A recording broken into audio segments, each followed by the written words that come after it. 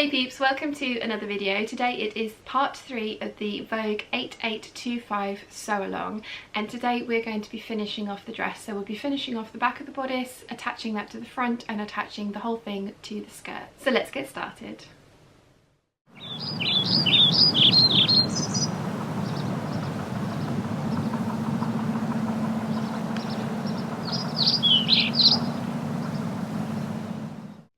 So the next thing it wants us to do is work on the back bodice. So it's stitch the dart in back bodice, slash fold of dart to within 1 inch from point of stitching, trim dart to 3/8 of an inch from stitching, press dart open and point flat.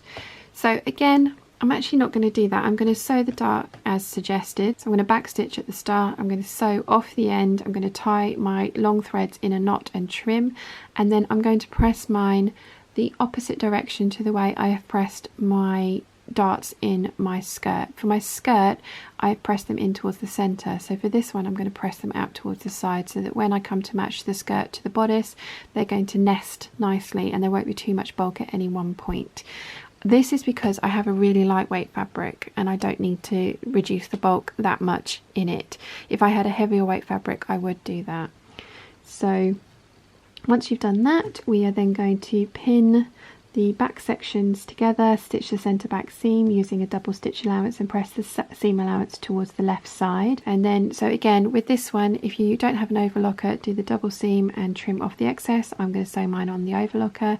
I'm also not going to stay stitch my neck because I find that I have a stretchy fabric, and again, I don't find that I need to stay stitch that because my fabric has good recovery. So I'm going to get those steps done. So I'm marking in the small circle, which is going to be the pivot point at the back, which will help get the front section and back section to line up nicely. You don't want to mess this up because if you do, you can end up with either puckers or a hole in your garment, which is the last thing you want. The other thing that I've done is put in all my notches, and I'm just going to mark the point of my dart, and then these dart legs are straight. So I'm just going to mark those in with my friction pen as lightly as possible because this is a stretch material and it does like to drag with the nib of this pen, so you need to kind of be a bit gentle about doing that. So all of my notches are in, all of my markings are in, and I am then going to sew the darts, sew the back seam up and attach it to the front. Okay, so with the darts you want to back stitch at the start, but when you come to the point of the dart you want to just sew off the end. And once you've done that, to secure it, leave yourself some long thread tails and literally tie yourself a couple or 3 knots, trim off the excess, and that should give you a lovely finish to your dart without it being too bulky from any back stitching. So we're now going to press. Personally, the way I'm going to treat these darts is I'm going to leave them as is and I'm going to press them in the opposite direction to the darts that I have pressed on my skirt. Those ones I pressed into the centre, so these ones I'm going to press towards the side. After you have made your darts, you want to stitch your back seam together at 5/8 of an inch. I've done mine on the overlocker, and then I'm going to press this to the left as required. Then we need to move on to attaching your front to your back. You want to pin bodice back to bodice front at overarms and neck edges with right sides together, matching notches and small circles and the centre back.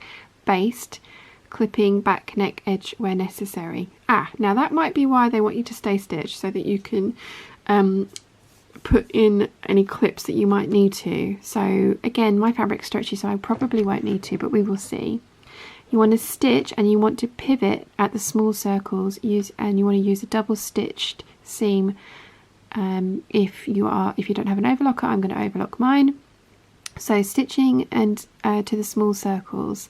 What I'm going to do with mine is I'm going to sew up to the circle on my overlocker. I'm then going to do the other arm on my overlocker. I'm then going to finish the neck edge in one go as well because I think that works out the cleanest, and I'll show you as I go. Okay, so I have done this step with my sewing machine to begin with, and then I have gone in and I've finished that seam on my overlocker.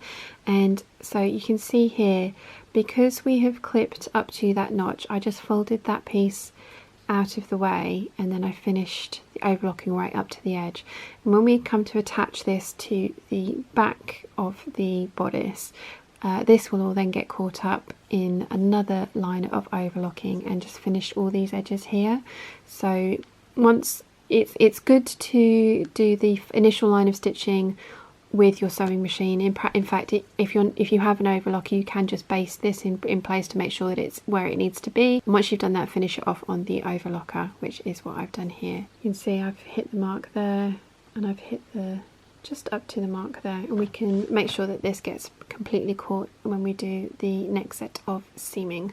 Okay, so I have, this is the back bodice. Is it? No, sorry. Okay, so I have the front bodice, and this is the back of the collar that we've sewn together, and I've actually nested the seam with the back bodice there. This is the collar piece, this is the back bodice. I've nested the seams together. I've then pinned up to the small circle pivot point, and I then pinned along the top of each arm right down to the cuff, or to the where the cuff's going to go in. And what I'm going to do is I'm going to sew this top seam here on my overlocker and come right off of the edge. I'm then going to sew this seam on my overlocker, which is the other arm on my overlocker, and sew off the edge. And then once I've done those, I'm going to come back and I'm going to sew the neck seam in, and that's just so that I can make sure that I catch everything that I need to, but not too much in these pivot points here, because if you catch too little you'll end up with a hole, if you catch too much you'll end up with puckers. Wish me luck. Okay, so I've sewn up the top of each arm with my overlocker. So what I need to do now is sew up the back neck, and this is where I want to make sure that I'm going to catch and close up that hole there, which is where we'd clip to on our front bodice piece. So you want to make sure that you're going through these pivot points here, this small circle that we've marked on all of our pieces. Okay, so once you've sewn that seam in, you should end up with a tail on this side and this side. So when you look at the right side, you should end up with something that looks a little bit like this. So there's no hole there. You can see a little bit of the stay stitching, so I'm going to unpick that, but that's what you want to end up with. So the next thing that we want to do is finish the edge of our facing, and I'm going to run a line of overlocking down that, and then I'm going to turn it under and stitch it down, top stitch it down with a zigzag stitch on my machine. If you don't have an overlocker, you can just turn it under and zigzag it. Okay, so I've overlocked the facing edge, and then I've turned it over and I have stitched it down with the top stitch, zigzag top stitch, which is 2.5 long, 2.5 wide. So the next thing that we need to do is close up the side seams. Now, if you've basted your ties to your front bodice, you don't need to worry because they're already included, but if you haven't, you need to remember to include them, because you will cry if you have to unpick stuff. So I'm going to pin together the underarm seam, and I'm going to put in the ties to the bodice side. Okay, so I've pinned my tie to my bodice front side. It's about 3/4 of an inch up from the bottom. That's where the square is marked. And I have the edge with the seam facing the bottom of the bodice, and I have the edge with the fold facing the top of the bodice, and I have matched up the raw edges. So I'm now going to pin my bodice back onto this as well, from the waistband all the way around to the end of the cuff. Okay, so I've got everything pinned together. This is the bottom edge of the bodice. These two pins are holding my tie in place. Going round, we've got the underarm seam from the front bodice there, and then there's the notches, and then I've just pinned right down to the end of the cuff. So I'm going to sew that with 5/8 of an inch seam allowance. So the next thing it wants you to do is turn the self facings to the inside along the fold line and press lightly. So I like to start with the back neckline, because we are, once this is pressed, we're actually going to be slip stitching this from shoulder seam to shoulder seam all along the back there. So I'm going to start with this piece here, and then I'll continue pressing down to the front edges of both front bodices. So on my front bodice I put a notch in where the facing was to come to, and so all I've done is fold this front edge over to meet that notch, and then I've just used the same, made it the same distance the whole way down as from the neck facing as well, which we've just pressed. So that gives us a nice clean edge here. I'm going to do the same to the other side. I'm then also going to press the seams in my sleeve, so the top and bottom seams that we've just sewn as well. So the next thing it wants you to do is pin pressed under edge of self-facing over back neck seam allowance between small circles, slip stitch between small circles. So believe it or not, this is a dress. So this is the neckline, and then this is the pivot point, and this is the other pivot point. Oh, I've not finished that off. Need to do that, need to finish those.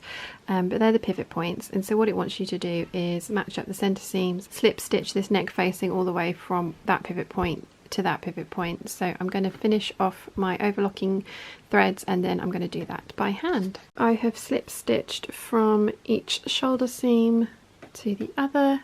That just means the neckline is now finished. I don't know if I mentioned this earlier, but I have also basted the facing down at the bottom, because this just makes it easier when I'm pinning this to the skirt portion and attaching that later. So next step is 13, with right sides up, lap right bodice front over left, matching centres, pin base across lower edge and along centre front.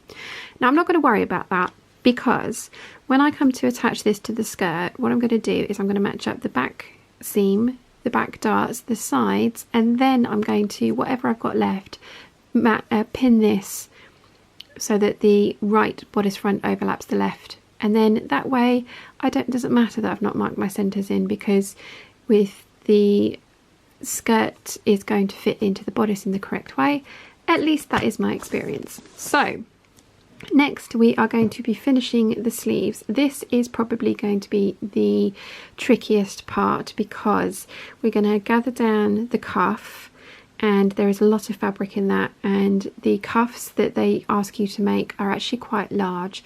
So the first thing I'm going to do is sew my cuffs together, matching up the notches. Turn it the right side out so the wrong sides are facing each other. Okay, so last time I made this dress I actually made my cuffs without trying them on, and they were way too big, so I have sewn up the side seam. I've turned it so that the right sides are together and the raw edges are together, and then I'm just going to give it a try. In fact, actually, you know what, I'm gonna take a little bit more off of this. I've already taken off 6/8 of an inch off of the pattern piece, but I think I'm gonna take off another. I'm gonna sew it again at about another 3/4 of an inch, because that is actually quite baggy, and I can imagine that will slip over my hand quite easily. So yeah, I'm gonna re-sew this at another 3/4 of an inch here, so that will take off 1.5 inches in total, because it's obviously doubled up, and I'm going to try that on again and see how that fits. Obviously I haven't pressed this yet, but that is so much better, because that's actually snugly fitting my wrist, and because the weight of the sleeves, they're going to be ballooning out from over here, so definitely need to check this before you sew it. So I'm going to sew my other cuff, and then I am going to gather down the edges of the sleeves on the bodice. So I have run my gather stitches along the bottom side of the cuff. I've sewn my cuff together. I've turned them the right side out. So the next thing that it wants us to do is step 17. On outside, pin cuff to lower edges of sleeves, matching notches and seams. Adjust gathers base using a double stitch seam, turn seam allowance towards sleeve. Right, so you want to put the cuff inside of the sleeve, bring down the gathers so that it matches the cuff, sew it and trim it. Now again, I'm going to do this on my overlocker, and this is what's going to be tricky, is because this is a fairly small area to be getting under my sewing machine, but I have done it before and I will do it again. If you are a little bit wary of it, you might want to do it on your sewing machine first and then put it under your overlocker. that's where the basting comes in. I'm just going to forge ahead and try the first time on the overlocker. If I curse, I am sorry. Okay, so it's definitely doable. It's just a little bit awkward. It's fitting it under the foot that's the awkward bit. So you can still see my line of gathering stitches, so I need to pull those out, but as you can see it's all just gathered into the cuff all the way around. So I'm going to do the same thing for the other side and I'll show you how I've pinned it. Okay, so you want to take your cuff and you want the seam of the cuff to be on the underarm seam, so that's this one. So you want to slide, and again this is going to be interesting trying to do this through the viewfinder, so you want to slide your cuff over the arms piece. Now there's the seam, so you want to nest your seams again, so the ones in the cuff are facing this way, so I want my arm seam to be facing that way. I want the raw edges meeting. Then you want to pin, and I'm going to try and use red pins because the white ones were blending in, and the one thing you do not want to do is sew over your pins. So the next thing that you want to do is, and again you've got to make sure that the cuff, the raw edges of the cuff are meeting, so that's the other side of the cuff, that's the cuff, and then this is the sleeve. So you want to kind of find the seam from the other side and pin that to the opposite side of the cuff. Red pin. And then you want to pull on your gathers and evenly distribute the gathers on both sides of the cuff. So I've been really naughty and I've only done one set of gathering stitches, but I find that that works for me. You for at least for this fabric. Oh, pulling the wrong one. I want to pull this one. Oh, come here.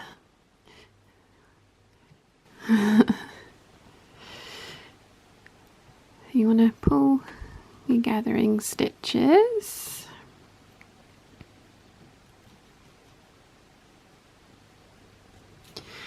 And you want the raw edges of the cuff, and you want to evenly distribute your gathering along the cuff. So you want the raw edge of the sleeve to meet up with the raw edges of the cuff.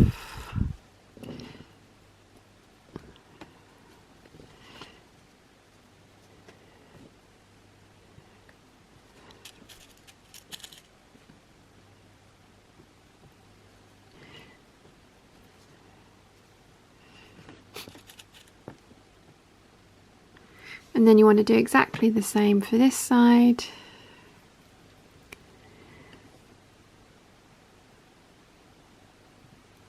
Pull your gathering stitches down and evenly distribute that around the cuff, making sure that all the raw edges, you don't want one of these little gathered bits to kind of tuck itself under and poke out of the sleeve. And again, ask me how I know. So you want to be really careful about that. Raw edges together and raw edges together. So once you've done all that, you should end up with something that looks like this. So you've got your cuff over the top. You've got all your raw edges meeting around here, and you've got your gathers evenly distributed in here. So as I said, if you want to baste this on your sewing machine because you are worried about things slipping whilst you are sewing for the first time, that is a very good idea. The first time it worked for me straight under the overlocker, so I'm going to give it another go. Again, wish me luck. It worked! everything is caught. Now I wasn't trying to cut anything off with my overlocker, so I just sewed it 1/4 inch with keeping all the raw edges there, because there is a lot of bulk and I didn't want to try and wrestle that under there, which is why my gathering stitches are still visible, but they're very easy just to pull out.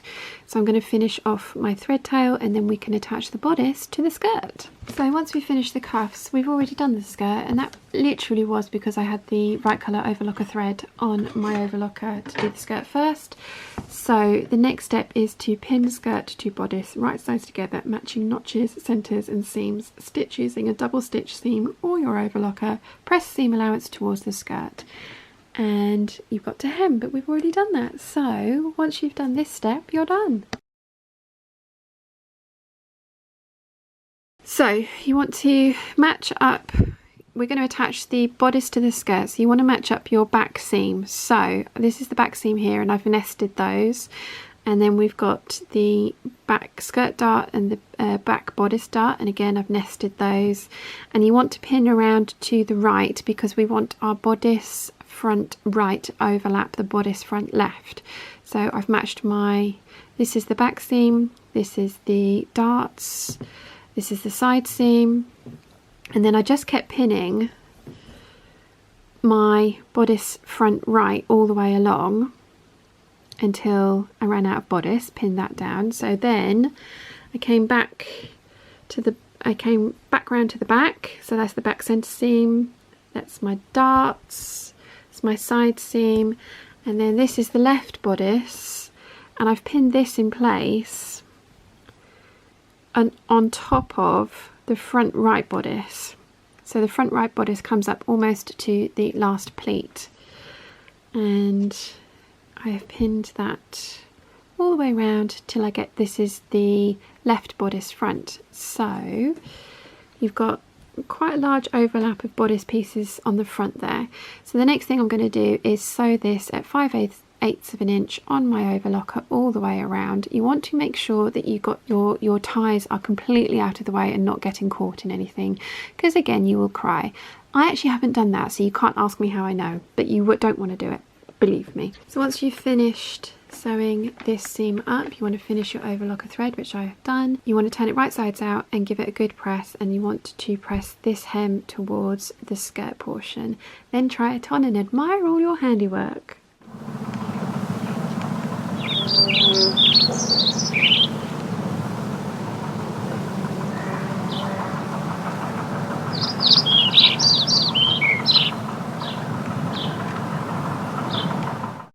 So if you have any questions at all, please let me know in the comments down below and I will do my best to answer them for you. I've really enjoyed making this dress. This is the second one that I've made. The first one was an all black affair. I ended up taking the skirt off of that one and putting on a ponte skirt because the fabric that I used was very, very lightweight and it didn't work so well for the skirt. I much prefer the way that the ponte version looks. As I have said, this is definitely out of my comfort zone. This is not my usual style of dress, as anyone who's watched my channel for any period of time will know. But I really, really like it and it's very, very comfortable. So if you do decide to make your own and you put it up on Instagram or any social media, remember to use the hashtag #ShawnMadeMeDoIt so that I can see the lovely things that you have created. I really hope you've enjoyed this video. If you have, please give it a thumbs up. If you haven't yet, please subscribe, and I'll see you again very soon. Bye!